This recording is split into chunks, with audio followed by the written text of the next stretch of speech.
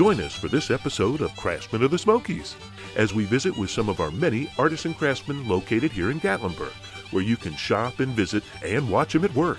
We encourage you to get out and find these interesting folks in their shops and studios throughout the Gatlinburg area. Touted as the largest group of independent artisan craftsmen in the country, the Great Smoky Arts and Crafts community of Gatlinburg is just waiting for you to come out and visit any day of the week. So let's take a look now and visit with some of these incredible people as they explain and demonstrate their talents on this episode of Craftsmen of the Smokies.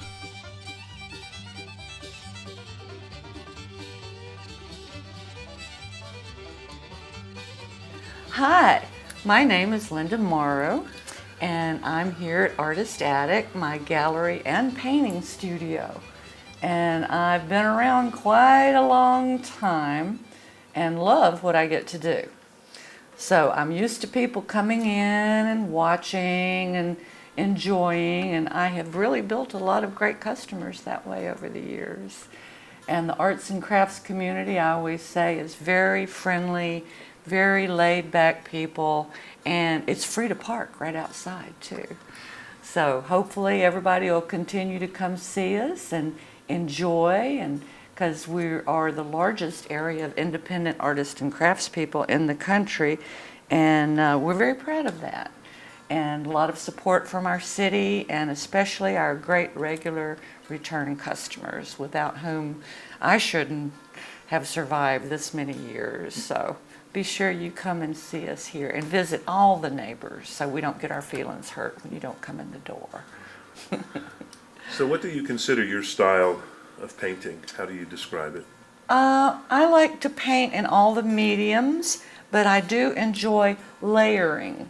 You know, I build up layers of colors and glazes, and I take my time. I don't do a painting in 30 minutes like the fellow on TV, although he was a good guy. I'm usually working on more than one painting at the time because I seem to accomplish more that way. So my normal answer to questions is all of the above. I like all the mediums, all the different styles, all the subjects, and realism, of course, but I sometimes roll all the way to abstract art. And really kind of, if I have to have a label, I consider myself more of an impressionist style painter. Impressionist. So you do, as we see, all different types of scenes, settings? Yes, absolutely. Landscapes, I love. The old barns and cabins and farmscapes will always appeal to me because I was a farm kid. And I've lived here in East Tennessee now for 38, almost 39 years. And I love it here. I love the area. I love the natural beauty and the people. The people. This is home and always will be. Where are you from? Well, I grew up down in Mississippi, born in Louisiana, and majored in art, thinking I might be a teacher, but thus far the teacher in me has not come out. So, but I do enjoy the public, and I enjoy encouraging other folks too. And happily, a lot of people keep up with me via Facebook and social media, and I love to hear folks getting into their own artwork and enjoying the therapeutic or the commercial aspect, you know, so whatever. It's good to paint and good to share the gifts that God gives you.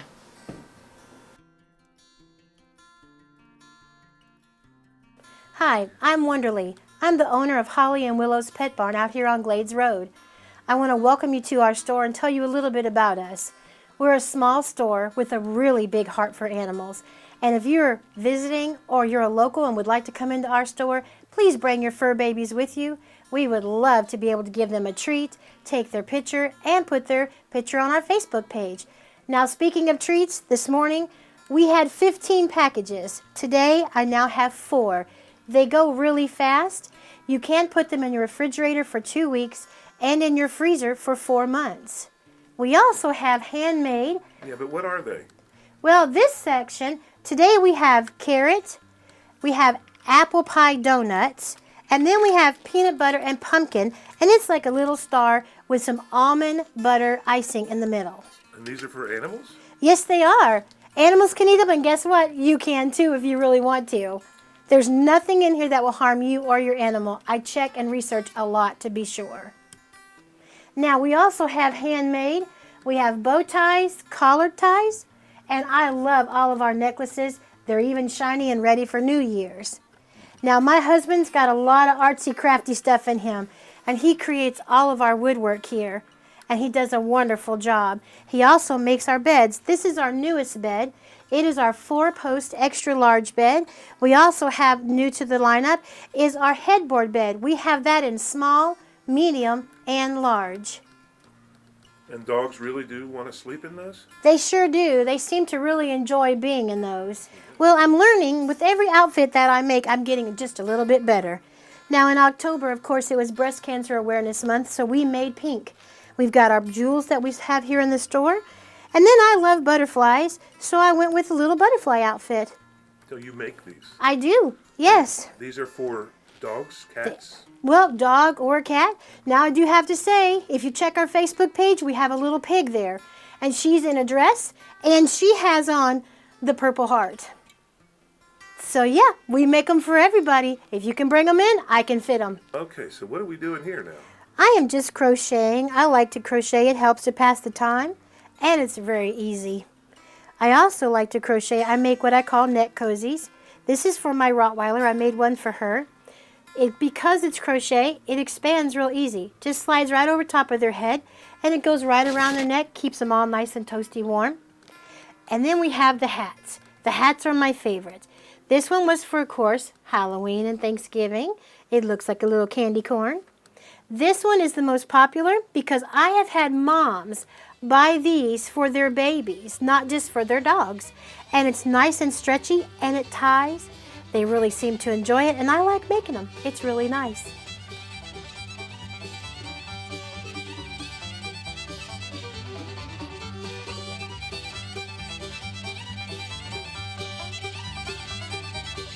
Hi, Chris Orbeck. I'm the owner of Zits Woodworks, located down here at Glades Village. And what is it that you do? Variety of different items. We do signs dealing with wood burning. We make outdoor furniture dealing with benches, chairs out of cedar, along with your birdhouses and bat boxes. And then inside for home decor items, we make a vast variety of items, different cedar coat racks, clocks, bears. Over here we have some of the different variety signs we do. Over here we got a new item that we just started making, which is the outdoor bird feeder. How does that work? The bird feeder? Yeah. Oh, pretty much what I have is a saucer and a cup, mount it fast to the bracket, and just hang it outside. Oh, good darn. Birds like it? Have you talked to a bird about it? I haven't talked to them yet. Here we have our recycled pallet towel holders. Cool. For the holidays, we have our Santa logs, 3 different sizes. Checkerboard. Tic-tac-toe board. Oh, tic-tac-toe. Gotta remember the kids. Right on. And here we have an assortment of 3 different crosses that we're doing right now. Over here we got one of our outdoor birdhouse stands. This is the double. We have single, double, and triples made out of cedar. There we have some of our clocks. Bottle cap holder. It's got the bottle opener and then the jar for collecting the bottle caps. And then down below that we got the one with the 3 mason jars, which is a organizer for in the kitchen, bathroom. Our bear welcome sign. All right, so here's the checkerboard. Yeah. What do you make that out of? That is a piece of cedar, solid piece of cedar, and then the checker pieces are little round circles, discs. What's this thing here? This is our three centerpiece log, 3 tea lights. Over here we have another 3-piece. Our wishing well. Nice. And over here we have our personalized outdoor name signs that we make. We do them with a person's name and their established year of when they got their residence. How long does it take them to order that and get that? We can do them in a 24-hour turnaround. And then this is a more elaborate house. Another house, a little taller. How many times do you notice the birds climbing those stairs? Haven't noticed the birds climbing them. Very nice. Squirrels. Squirrels. I'd say so. Right now I am making for the Just Married 2017 signs. Get them for quick wedding gifts down here. We also do, with the double heart, personalized with names and their wedding dates if they so wish.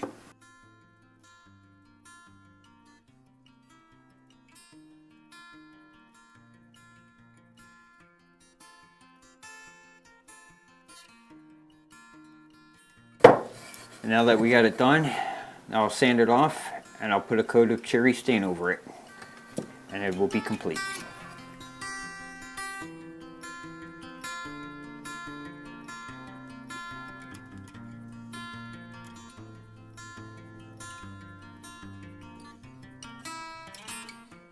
Hello, I'm Jamie Smith, owner of the Artsy Olive out on Glades Road.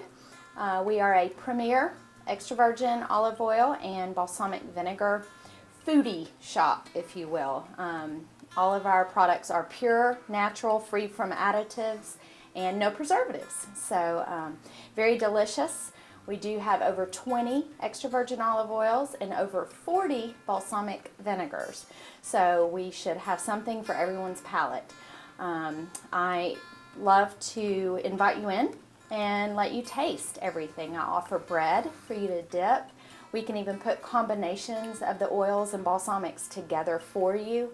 And we also offer flavored sugars and flavored sea salts, flavored pastas, handmade pastas, and we just newly added olive oil based handmade soaps. So it'll be a fun time. I invite you to come visit us, and if you mention this ad, we will give you 10% off your purchase, and if you spend $50 or more, we will be happy to give you a small token of our appreciation stocking stuffer gift.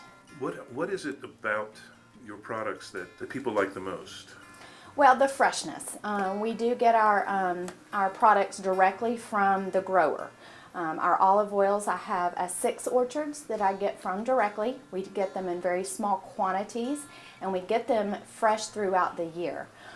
We do have southern and northern hemisphere oils, so they're never over 6 months old, and the freshness is in the flavor. You can definitely taste the fresh quality of the oils. Our Greek varietal olive oil, the Greek Koroniki, is a very robust, just an everyday olive oil. Very delicious for salads, very delicious for sauteing. We have a sun-dried tomato extra virgin olive oil. We have our Hoji Blanca, also another varietal from Catalonia, Spain. Our Tuscan herb, we have a hickory smoked bacon extra virgin olive oil. You won't find that very many other places, if any other place. These are all my balsamic vinegars. We do offer them in a 13 ounce and a 5 ounce size for your convenience. We have our honey mango, that is our own special recipe. We also have a southern pecan that we make specifically for Gatlinburg here. And what are some of the best ways you put these in your salads? You can put these on your marinades? Most certainly, yes. Most people know of balsamic vinegar to be used with olive oil or by itself drizzled over lettuces, salads, arugula. spinach, things like that. But they make great marinades as well because of the vinegar in them. The vinegar is going to tenderize, you know, your pork, your chicken, your beef. I've found now that it's cool outside, I put a little bit in my crock pot because, again, there's no preservatives, there's no sodium, and there's no refined sugar. So it's a lot healthier than your marinades that you get in your local grocery store. So.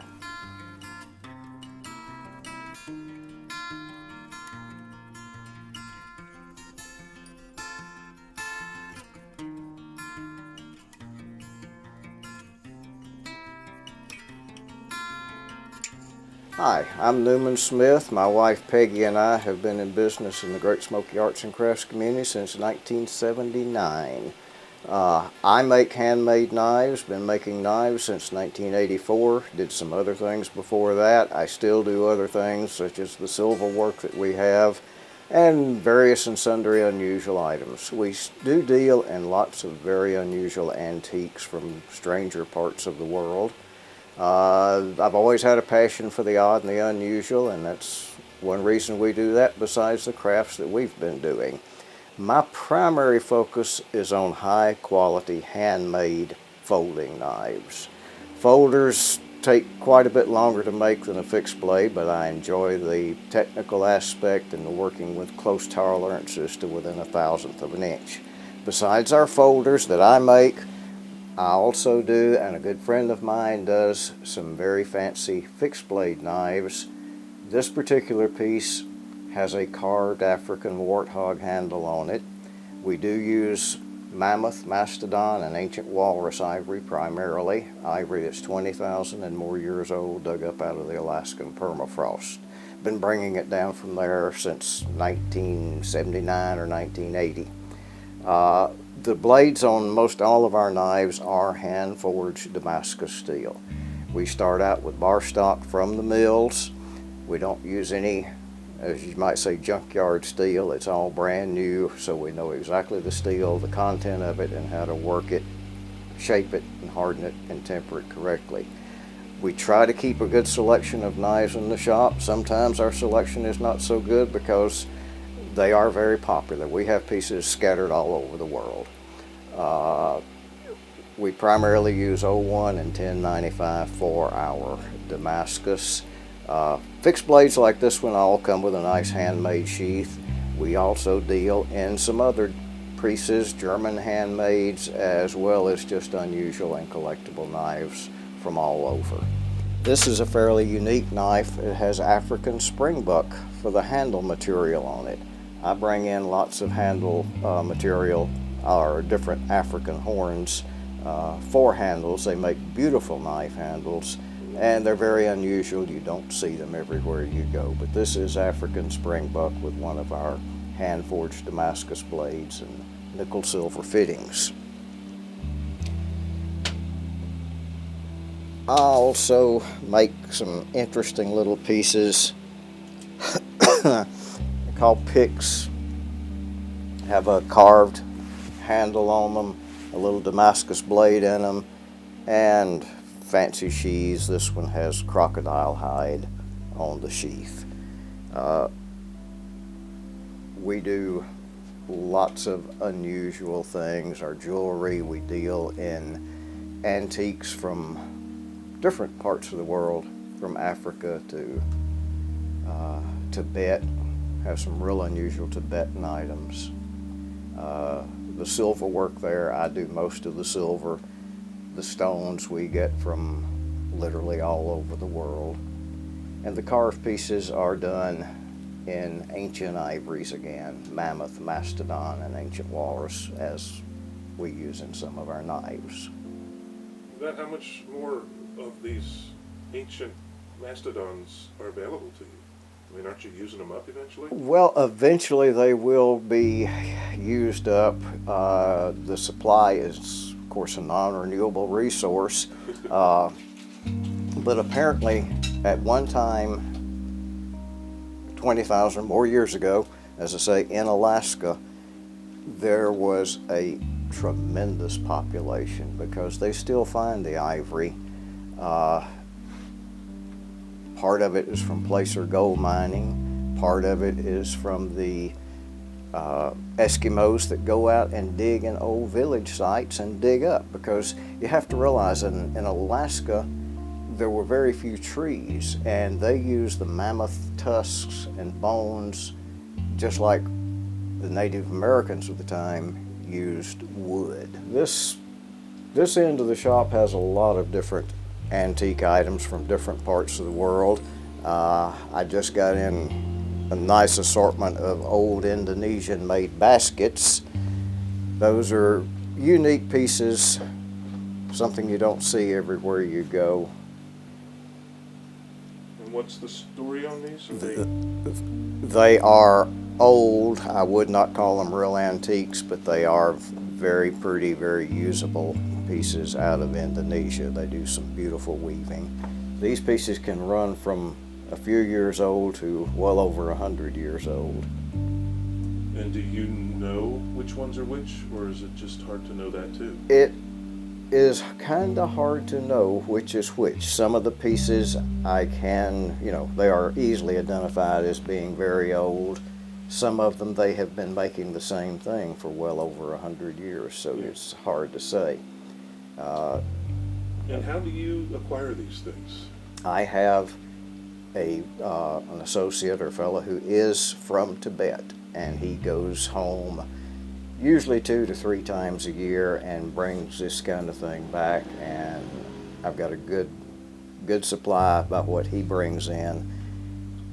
Pieces that he used to bring in, he can no longer find, so it is something that it's a disappearing art form. Yeah. That is the real thing. That is an alligator skull. That is a skull from a little over a 14-foot long alligator. It was a big boy. Yeah. Those moccasins are very unusual. They are, the oldest pair is late 1800s. The 2 little newer looking pair are a little newer. They are 1920s.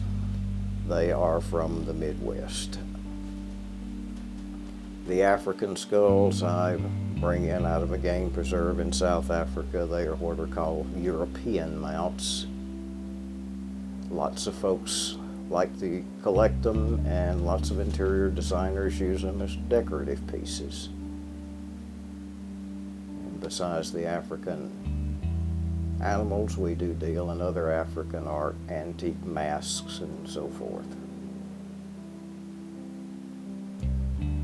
I have lots of folks that come into the shop and they look around and they say, this looks like a museum, and I will always kind of laugh and say, yes, it looks kind of like a museum, but the biggest difference is most everything in here is for sale. Yeah, of course.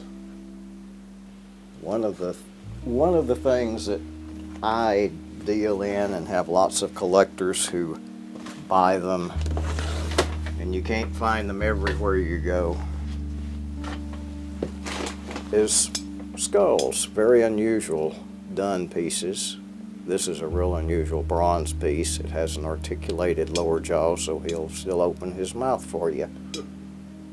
But that is a beautiful example of some of the things we have in the human skull line. Carved wood ones, silver ones, brass and bronze, and whatever I can come up with out of the estate sales and auctions and so forth. An entire 20,000-year-old or more tusk is expensive. It can be $300, $400, $500 a pound, and it can be up to 100 pounds and more. But they are very few and far between, as the saying goes. Yeah.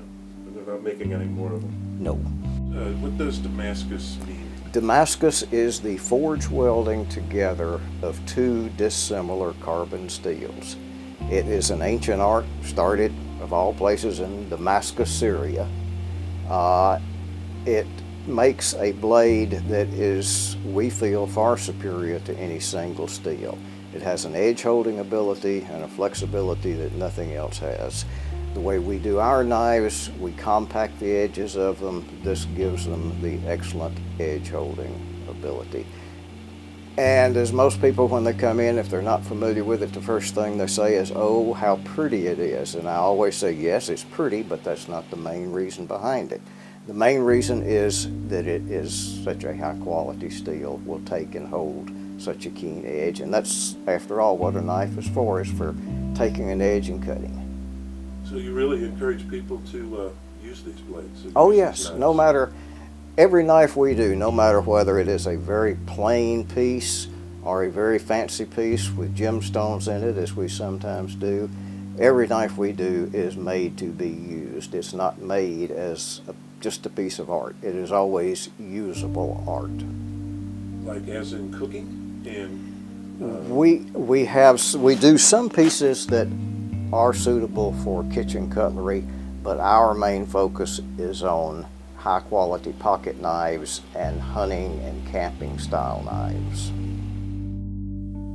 The craftsmen you've seen in this episode can be found at the Glades Village in the Arts and Crafts community on Glades Road. Come out and see them and many more. This is just a sampling of our many artists and craftsmen located here in Gatlinburg throughout the Great Smoky Arts and Crafts community and the surrounding area. Hop in your car and take a drive out Highway 321 to this amazing area, featuring over 120 shops and studios located throughout the 8 Mile Loop Road. There's plenty of free parking, and there's several great restaurants. Make plans to include this into your visit here in the Great Smoky Mountains. You'll be glad you did. Join us next time as we visit with more of the Craftsmen of the Smokies.